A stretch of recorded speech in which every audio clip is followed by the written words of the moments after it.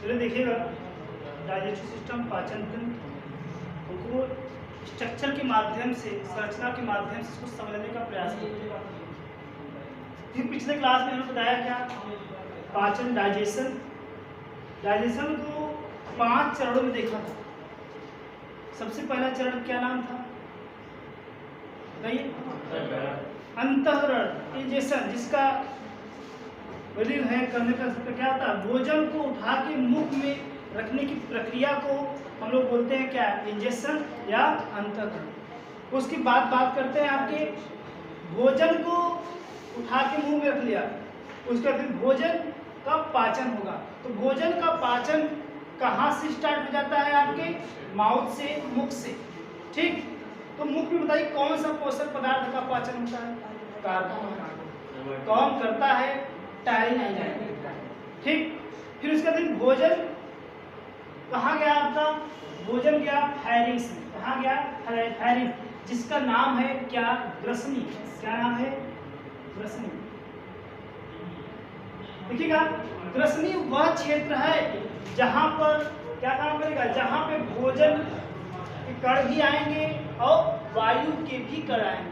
तो कह सकते हैं ग्रसनी वह क्षेत्र है जिसमें भोजन के कण और वायु के क्षेत्र दोनों आएंगे, उन्हें बोलते हैं ग्रसनी, ठीक। कॉमन पाथ होता है एक भोजन के लिए भी और वायु के लिए। उसके बाद देखिएगा, भोजन जाएगा कहाँ पे? एक नली होती है जिसका नाम है ईसोफेगस, इसे हिंदी में बोलते हैं क्या, ग्रसिका। क्या बोलते हैं? ग्रसिका, ठीक है। जो ग्रसिका है इसे बोलते हैं क्या, भोजन नली। इसे बोलते हैं क्या, भोजन नली, भोजन। तो देखिएगा, भोजन के कण माउथ से हुए, पहले ग्रसनी में आए, उसके बाद क्या काम किया, ईसोफेगस से होते हुए, ये है आपका भोजन नली। ग्रसिका से होते हुए भोजन किस में आया? स्टमक में आया। किस में आया? स्टमक में। आमाशय में आया। अब देखिए, आमाशय में ग्रंथि पाई जाती है जिसका नाम है क्या, जठर ग्रंथि। क्या पाई जाती है? ये जठर ग्रंथि 3 प्रकार के एंजाइम का सिक्रीशन करेगी। एक HCl, दूसरा रेनिन और तीसरा पेप्सिन। क्या करेगा? पेप्सिन। 3 एंजाइम सिक्रीशन करती है। कौन? जठर ग्रंथि। जठर ग्रंथि पाई कहाँ जा रही है? स्टमक के अंदर पाई, ठीक।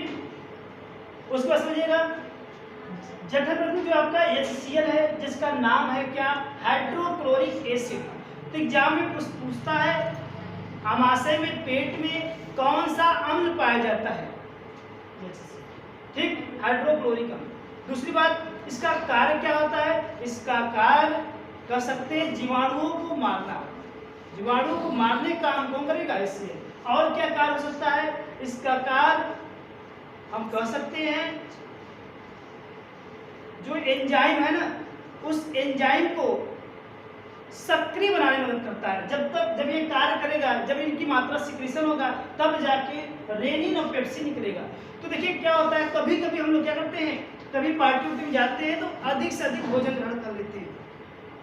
अधिक से अधिक क्या करते हैं, भोजन को ग्रहण कर लेते हैं, जिससे हमको एसिडिटी प्रॉब्लम आ जाती है, कब्ज जैसी प्रॉब्लम आ जाती है। क्यों? क्योंकि भोजन को पचाने के लिए क्या काम करता है आपका आमाशय, अधिक से अधिक क्या काम करता है, अम्ल का सिक्रीशन करेगा। जब अधिक से अधिक अम्ल का सिक्रीशन करेगा तो हम कह सकते हैं जो आपके एंजाइम है वह एंजाइम क्या करेंगे, भोजन को पचाने में मदद करेगा। लेकिन क्या होता है, जब ज़्यादा मात्रा में आप भोजन को ग्रहण कर लेते हैं तो इससे ज़्यादा मात्रा में सिक्रीशन हो जाता है, जिसके कारण आपके पूरे पेट में एसिडिटी बन जाती है। तो क्या काम करते हैं, एसिडिटी को दूर करने के लिए हम लोग यूज करते हैं क्या, हम लोग यूज करेंगे क्या, क्षार का। तो देखिएगा हम लोग क्या काम करते हैं, हम लोग एसिडिटी को दूर करने के लिए या तो हम लोग इनो का यूज करते हैं या तो पेप्सिन का। तो देखिए जो इनो होता है उसमें क्या होता है, उसमें होता है, समझिएगा, मैग्नीशियम हाइड्रोक्साइड होता है। क्या होता है, मैग्नीशियम हाइड्रोक्साइड, जिसे बोलते हैं मिल्क ऑफ मैग्नीशियम। तो जैसे क्या काम किया, आपने इनो खाया और इनो में क्या है, क्षार है, और आपके पेट में क्या है, एसिड है। तो क्या करेंगे, जैसे ही आपने इनो खाया वो एसिडिटी क्या होगी, वो क्षार में मिल जाएगी और जो एसिडिटी है वो न्यूट्रल हो जाएगी।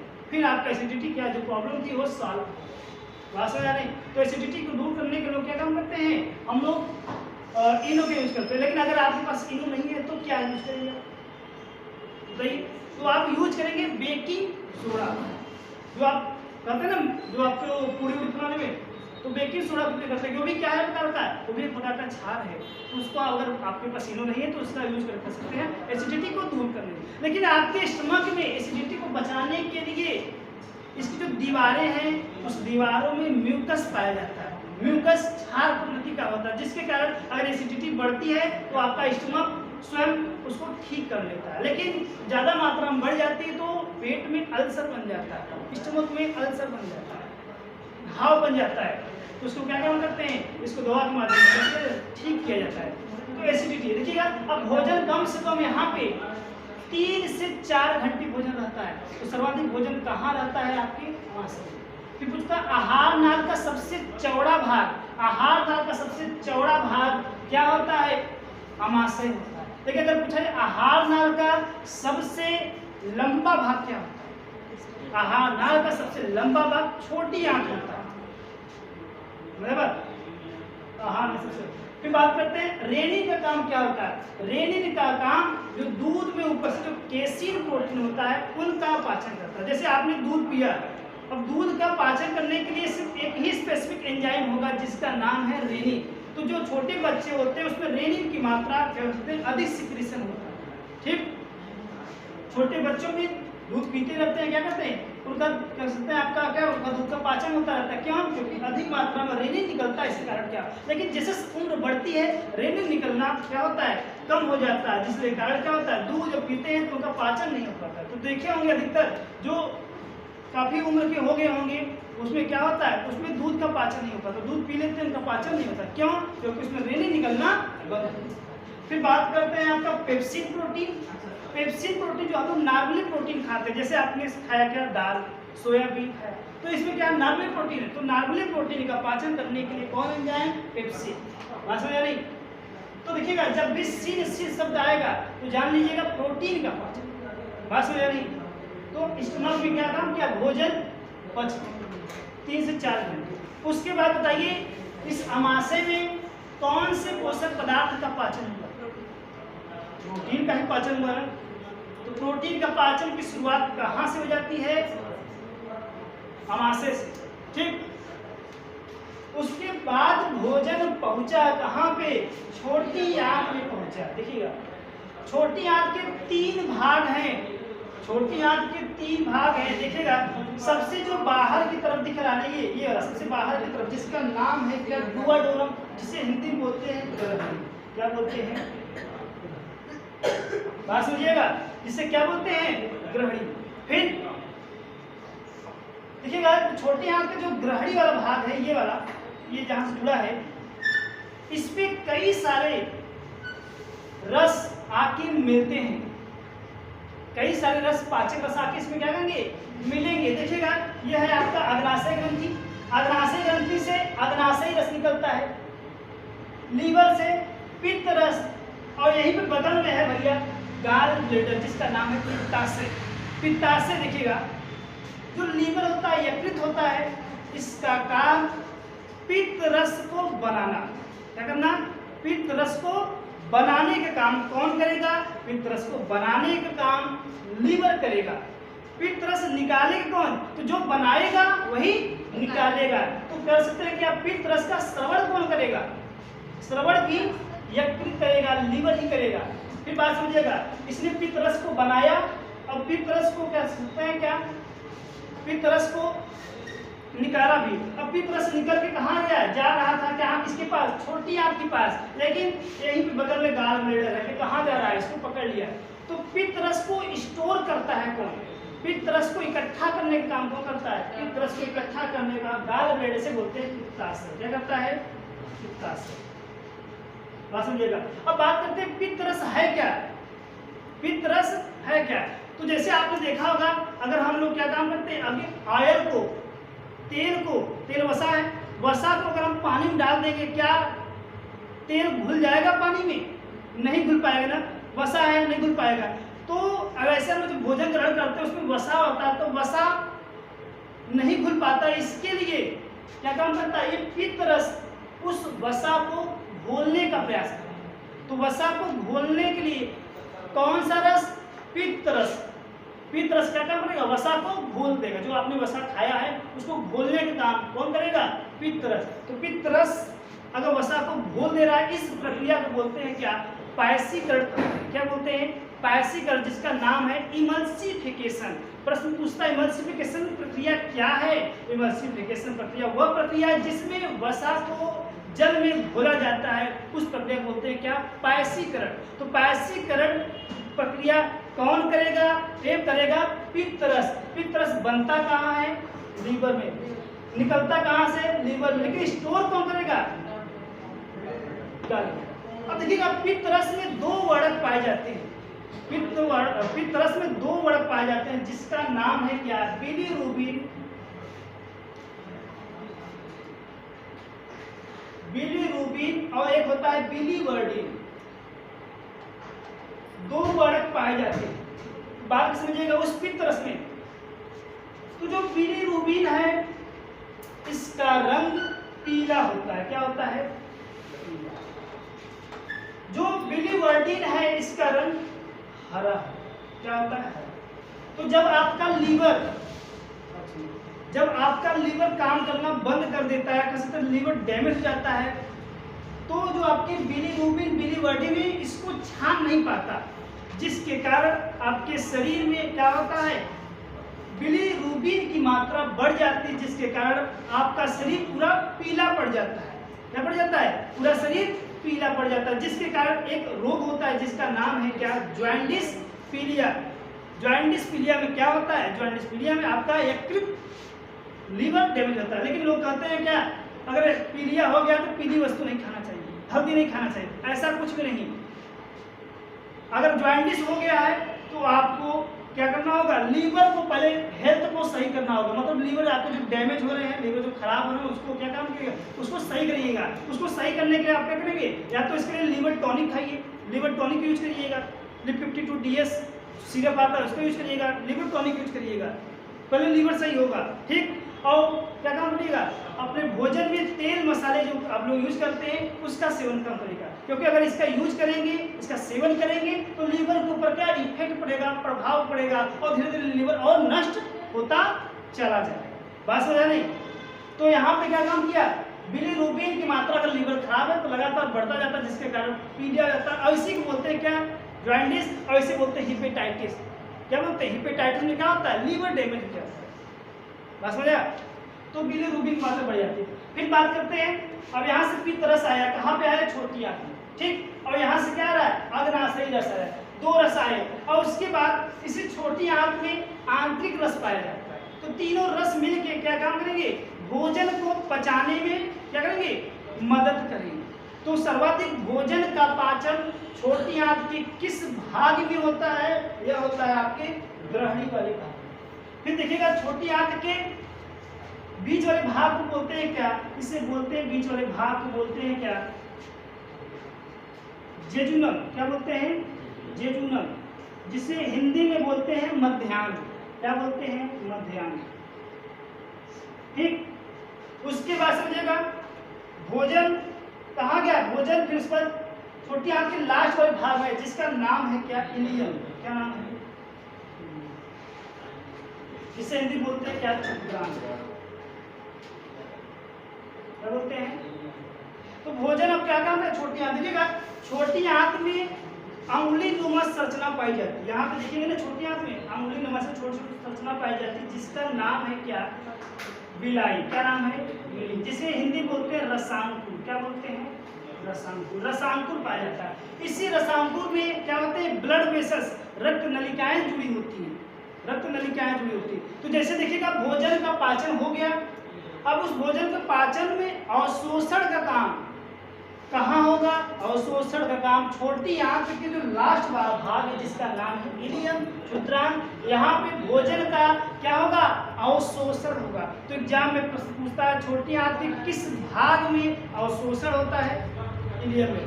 छोटी आंत की सर्वाधिक किस भाग में सर्वाधिक पाचन होता है? डुओडू में। बात समझ आ रही? छोटी आंत। उसके बाद भोजन जो नहीं पच पाया वो चला जाता है क्या? बड़ी आंत। और बड़ी आंत के भी 3 भाग हैं। बड़ी आंत के भी 3 भाग हैं। देख कौन कौन से? तो देखिए ये भाग जो दिख रहा है ना, ये वाला, इसे बोलते हैं सीकम। क्या बोलते हैं? सीकम। ये वाला भाग, ये वाला, ठीक। और ये सब जो भाग दिख रहे हैं ना, तो यहाँ से लेके ये यहाँ तक आपके, इसे बोलते हैं क्या? कोलोन। क्या बोलते हैं? कोलोन। और ये जो भाग दिख रहा है आपका रेक्टम। तो 3 भाग होते हैं बड़ी आंत के, सीकम, कोलोन, रेक्टम। तो बड़ी आंत का सबसे बड़ा भाग कोलोन, यहाँ से लेके स्टार्ट है यहाँ। रेक्टम जिसे बोलते हैं हिंदी में मलाशय। यहाँ क्या होता है? जहाँ पूरे आपके मल होते हैं क्या? इकट्ठे होते हैं, इसे बोलते हैं मलाशय। और लास्ट में होता है क्या? एनस, गुदाद्वार। क्या होता है? भोजन। तो बड़ी आंत का काम क्या होगा? बड़ी आंत में कोई भी पाचन नहीं होता। जो भोजन पच नहीं पाया होता है वो बड़ी आंत में जाता है। और बड़ी आंत का सिर्फ यही काम है, उस अपचित भोजन से जल और खनिज को अवशोषित कर लेना। अवशोषित कर लेने के बाद वो जो आपका गीला हुआ था वो क्या हो जाएगा? सॉलिड बन जाएगा। सॉलिड बनने के बाद क्या करता है? रेक्टम में, मलाशय में उसका फिर एनएस द्वारा क्या करता है? ये बाहर। तो ये प्रक्रियाएं आपकी, बात समझ आ रही?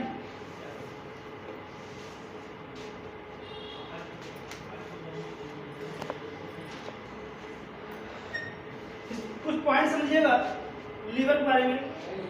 देखिएगा, लीवर कर सकते हैं आपका शरीर की सबसे बड़ी ग्रंथि किससे कहा जाता है? शरीर की सबसे बड़ी ग्रंथि आपका क्या है? लीवर है। सबसे बड़ी ग्रंथि लीवर है। दूसरा प्रश्न पूछता है, ये जो लीवर है ये किस कोशिका से मिलकर बना होता है? लीवर बना होता है क्या? हिपैटिक सेल से, हिपैटिक कोशिका से। किससे? यहाँ पर लिख दे रहे हैं हिपैटिक सेल से। हिपैटिक कोशिका से मिलकर बना होता है। इसलिए लीवर के अध्ययन को हिपैटोलॉजी कहा जाता है।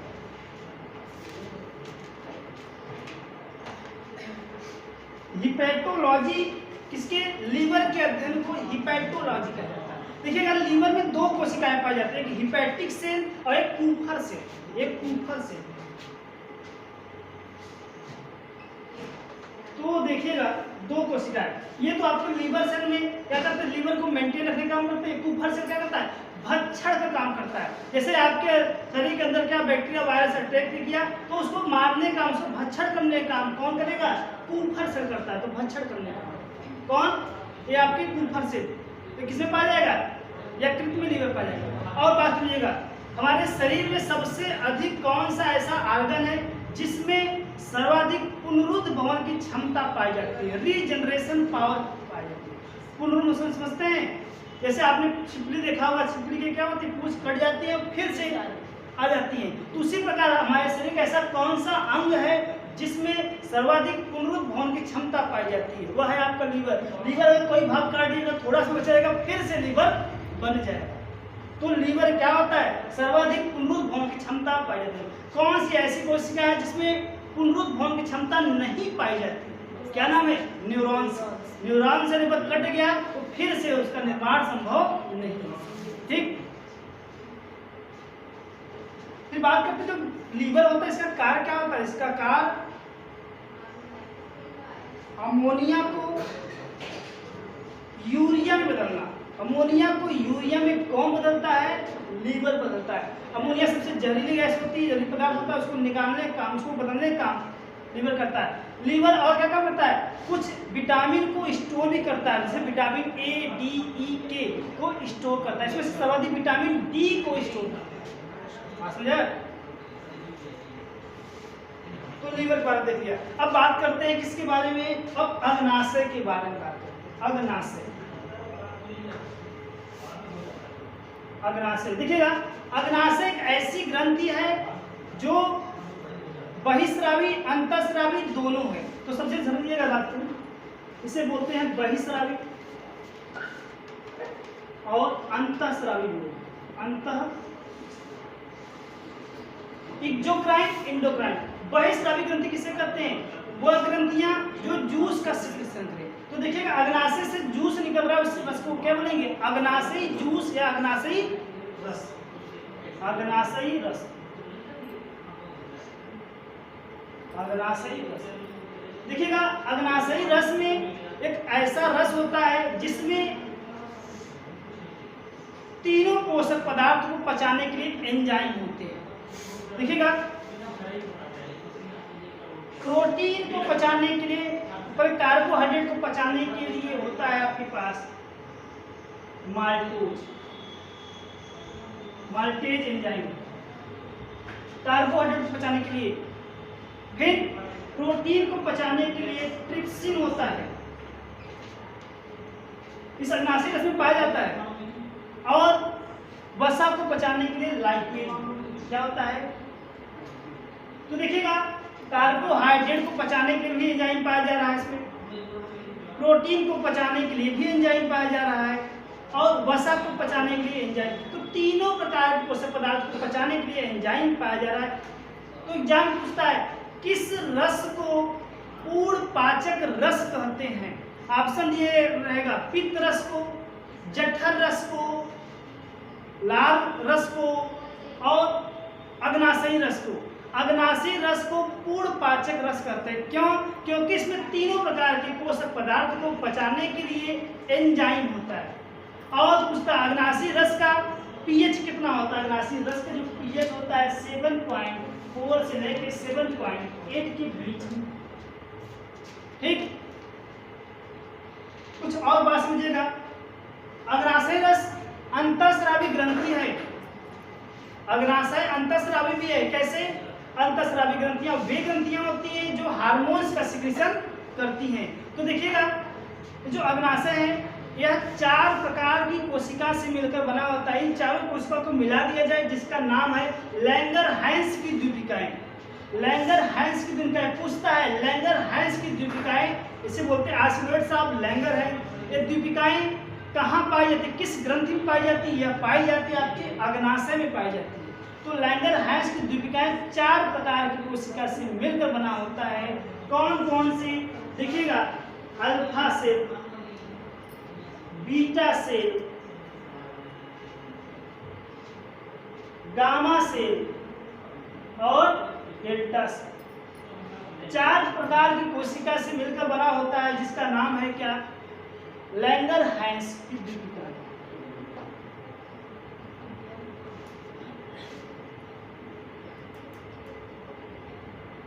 लैंगर-हैंस की द्वीपिका। तो पूछता है लैंगर-हैंस की द्वीपिका किसमें पाई जाती है? अग्नाशय में। ये 4 प्रकार की कोशिका से मिलकर बना होता है। देखिएगा अल्फा सेल से क्या निकलता है? अल्फा सेल से हार्मोन निकलता है जिसका नाम क्या है? जिसका नाम है ग्लूकागॉन।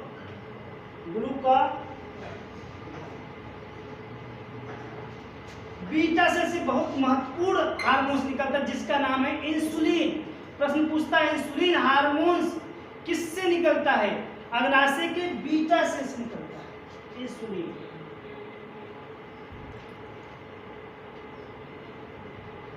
गामा सेल से क्या निकलता है? सोमैटोट्रोपिन, सोमैटोस्टैटिन हार्मोन। और डेल्टा सेल से क्या निकलता है? पॉलीपेप्टाइड। तो हमको देखिएगा 2 ही हार्मोन इंपॉर्टेंट है, इंसुलिन, एक ग्लूकागॉन। अब बात करते हैं ग्लूकागॉन हार्मोन किससे निकलता है? अल्फा से। इसका कार्य क्या होता है? इसका कार्य रक्त में ग्लूकोज लेवल को क्या काम करना? ग्लूकोज लेवल को बढ़ाना, ग्लूकोज लेवल को शरीर में बढ़ा के रखे रहना। ग्लूकागॉन। इंसुलिन रक्त में ग्लूकोज लेवल को नियंत्रित करना, मतलब कह सकते हैं कम करने का काम। लेकिन क्या होता है कभी कभी इंसुलिन निकलना बंद हो जाता है, इंसुलिन हार्मोन निकलना बंद हो जाता है जिसके कारण हमारे शरीर में, हमारे रक्त में ग्लूकोज लेवल बढ़ जाता है, जिसके कारण एक रोग होता है जिसका नाम है डायबिटीज, मधुमेह रोग, शुगर रोग। शुगर रोग में क्या होता है? रक्त में ग्लूकोज लेवल क्या होता है? बढ़ जाता है। और बढ़ने के बाद क्या होगा समझिएगा, आपके शरीर में ग्लूकोज जब बढ़ जाएगा तो आपका बीपी लेवल क्या होता है? बढ़ जाता है। तो बताइए प्रश्न पूछता है इंसुलिन के बढ़ने से ग्लूकोज घटता है, ग्लूकोज घटने से इंसुलिन जब नहीं निकलेगा तो जाके ग्लूकोज लेवल, अगर इंसुलिन निकल रहा है तो ग्लूकोज लेवल क्या होता है? कम हो जाएगा। बस हो जाए। तो जब ग्लूकोज लेवल बढ़ जाता है तो उसे क्या कहते हैं, हाइपरग्लाइसेमिया, और जब ग्लूकोज घट जाता है उसे बोलते हैं हाइपोग्लाइसेमिया। ग्लूकोज लेवल कितना होना चाहिए, ग्लूकोज लेवल होना चाहिए आपका कितना, 140 से 180 के बीच में होना चाहिए। खाने के बाद 140 से 180, ठीक। अगर इससे ज़्यादा बढ़ा तो आपको क्या है, आपको डायबिटीज होगी, बस हो जाए। और इंसुलिन एक ऐसा कर सकते हैं हार्मोन्स है जो जिंक खनिज से मिलकर बना होता है इंसुलिन। और ऐसी खोज किसने की, वेस्ट एंड बैक्टीरिया, ठीक। तो चलिए आज डाइजेस्टिव सिस्टम हमने पूरा देख लिया। कल की बात हो सकता है आपका नया टॉपिक चालू किया जाएगा बायोलॉजी का।